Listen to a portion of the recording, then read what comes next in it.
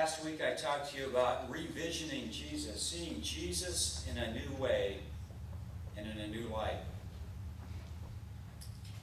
I remember what Dietrich Bonhoeffer asked some 50 years ago, more like 70 now actually, 2009.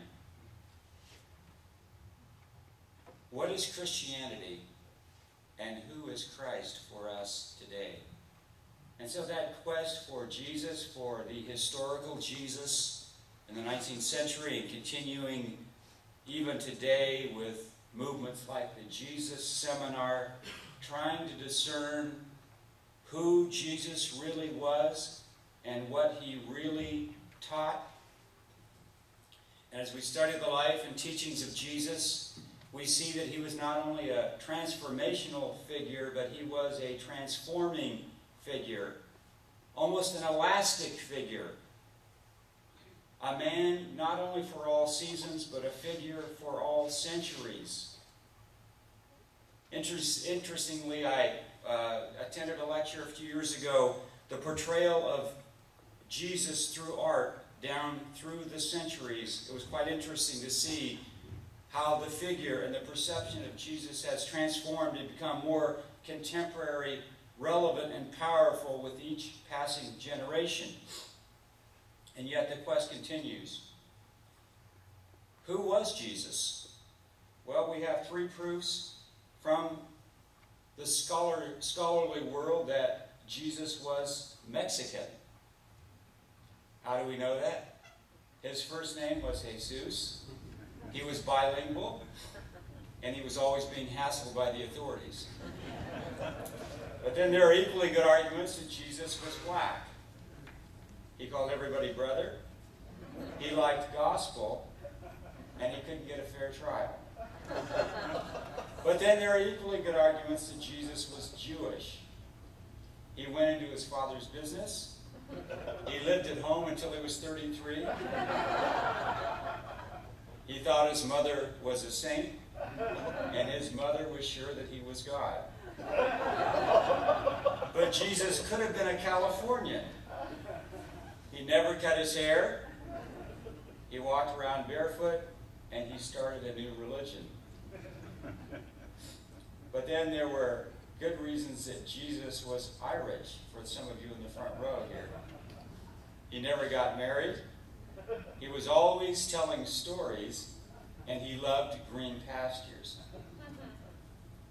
Then there were proofs that Jesus was in fact a woman. He had to feed a crowd at a moment's notice when there was no food. He kept trying to get the message across to a bunch of men who just didn't get it. And even when he was absolutely dead, he had to get up because there was more work for him to do. And finally, three proofs that Jesus was from Longboat Key.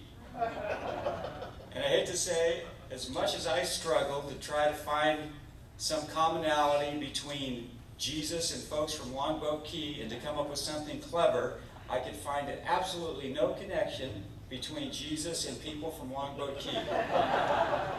So I have to leave that one blank. But in fact, we do know what Jesus looked like. In fact, he's visited this church. Do you remember? It was about a year ago. Jesus came here. He was dressed as a street person with dirty, ragged clothes, riding a rusty old bicycle. And he walked up to he was seated with all of you.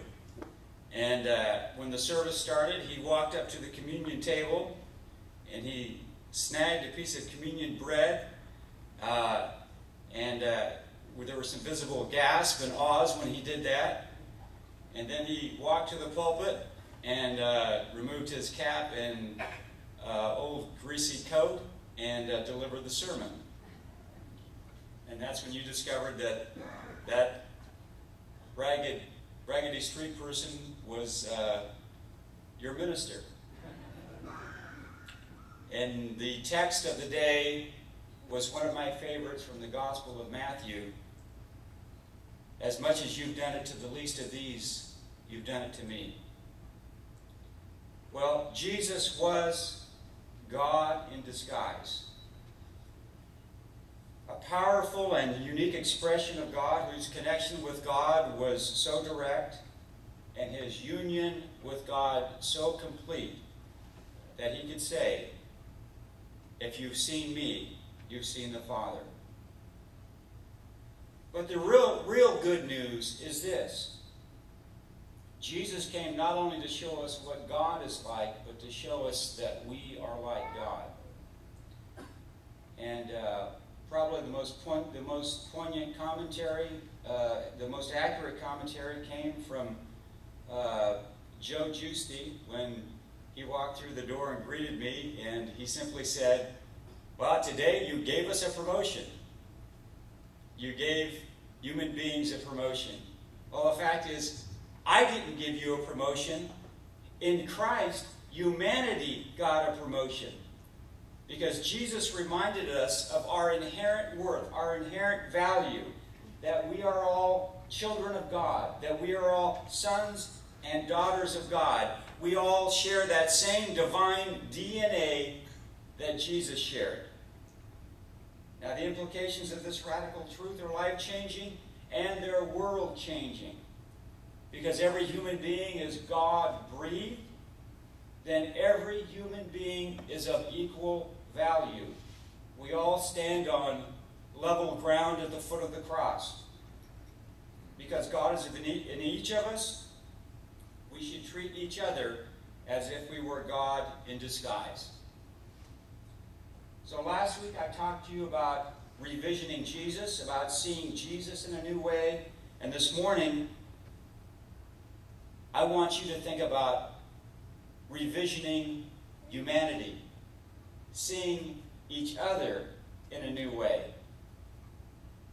I think one of our problems in our society is we really don't see our fellow human beings, brothers and sisters, for who they really are. I remember a gospel story where there was a man in need of healing. He was blind. Jesus came to him. He touched his eyes, and suddenly he said, I can see. But there was only one problem. He said, I see people, but I see them walking around like trees. And so Jesus touched him again. Jesus gave him a second touch, and then he could see people in all of their clarity and beauty and worth. And I think in our society, we see people like that. We see people as trees, as things, and not really as people. In our society, we tend to love things and use people instead of using things and loving people. And so I think we need, in our culture, a second touch so we can really see the value of each human being and give them the time and the consideration and the care that they deserve.